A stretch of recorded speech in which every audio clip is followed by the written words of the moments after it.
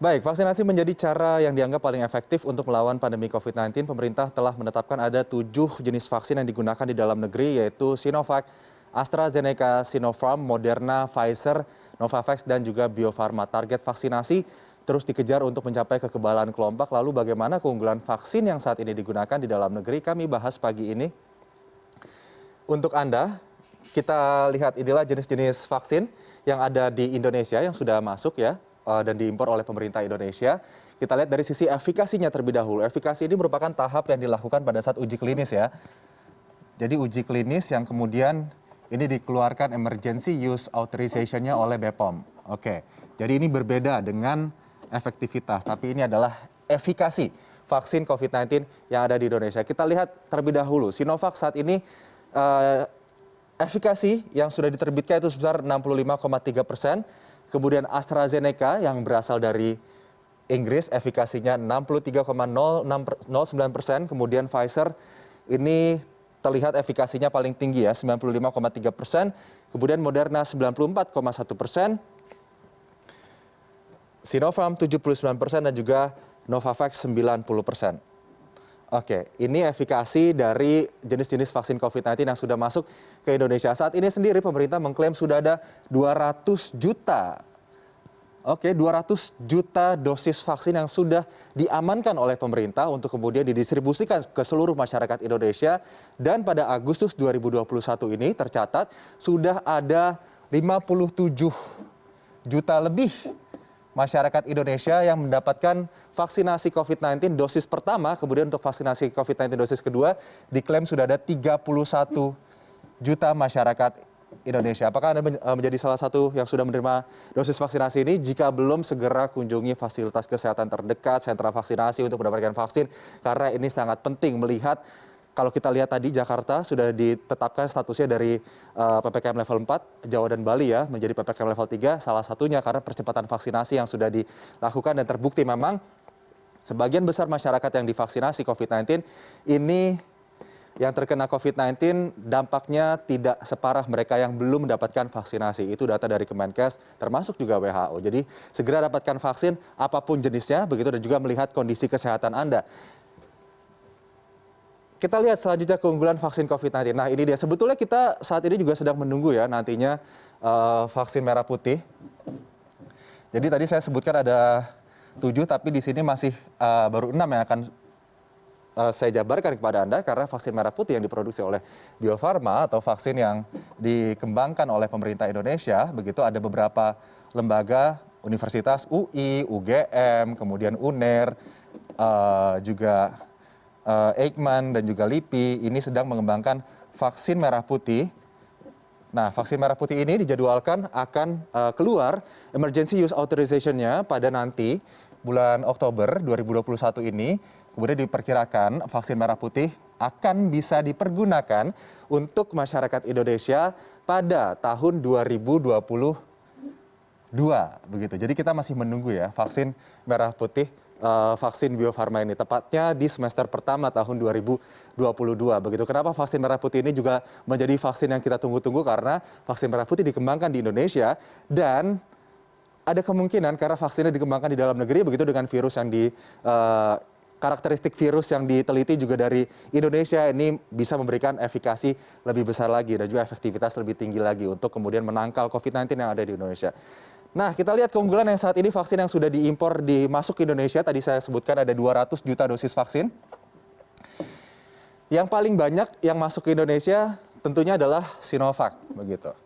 Nah, Sinovac ini keunggulannya sudah bisa digunakan untuk usia lebih dari 12 tahun. Kita sama-sama ketahui ya, saat ini masyarakat Indonesia termasuk mereka yang sudah berusia di atas 12 tahun ini sudah boleh mengikuti vaksinasi. Ini menjadi salah satu syarat juga untuk anak-anak masuk sekolah, kemudian juga syarat juga untuk bepergian dan lain-lain ya, bepergian. Nah, jadi keunggulan Sinovac yang saat ini menjadi vaksin jumlah terbesar yang masuk Indonesia adalah bisa diberikan untuk anak usia 12 tahun. Kemudian kita lihat AstraZeneca vaksin dari Inggris. Nah, di sini pemerintah menyatakan bahwa AstraZeneca ini menjadi vaksin yang aman untuk ibu hamil dan tentunya dengan rekomendasi dari dokter. Begitu. Nah, vaksin yang aman untuk ibu hamil ini juga direkomendasikan oleh Pfizer, kemudian juga Moderna ya. Ini adalah vaksin-vaksin Pfizer, Moderna yang dikembangkan dengan mRNA atau messenger RNA. Seperti kita ketahui ada dua cara yang kemudian digunakan untuk memproduksi vaksin. Salah satunya adalah mRNA dan yang lain adalah menggunakan inactivated virus. Nah, jadi untuk vaksin yang dikembangkan dengan metode mRNA ini diklaim akan lebih aman karena mRNA ini vaksin diproduksi, dibentuk begitu lewat kode genetik rekayasa yang akan menimbulkan dampak yang sama begitu dengan inactivated virus yang dikembangkan lewat vaksin seperti Sinovac yang diproduksi lewat inactivated virus begitu.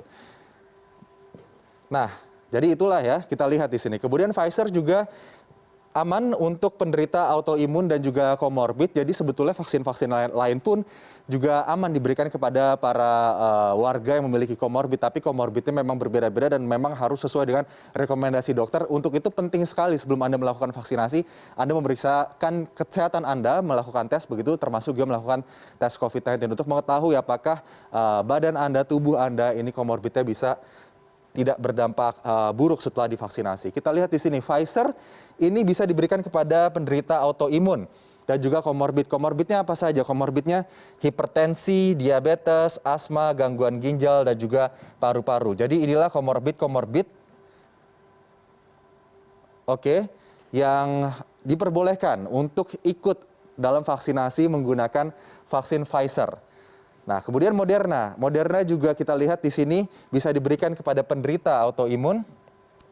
Kemudian juga komorbid yang boleh mendapatkan vaksin Moderna yaitu penyakit paru-paru kronis, jantung, dan juga obesitas. Jadi memang ini lagi-lagi harus dilakukan kontrol begitu, apalagi untuk mereka yang memiliki autoimun. Karena ditakutkan jika autoimun tersebut mendapatkan vaksinasi akan menyebabkan kekebalan imunitas yang justru akan menyerang balik begitu kepada antibodi ataupun imunitas daripada penderita penyintas autoimun tersebut. Kita lihat.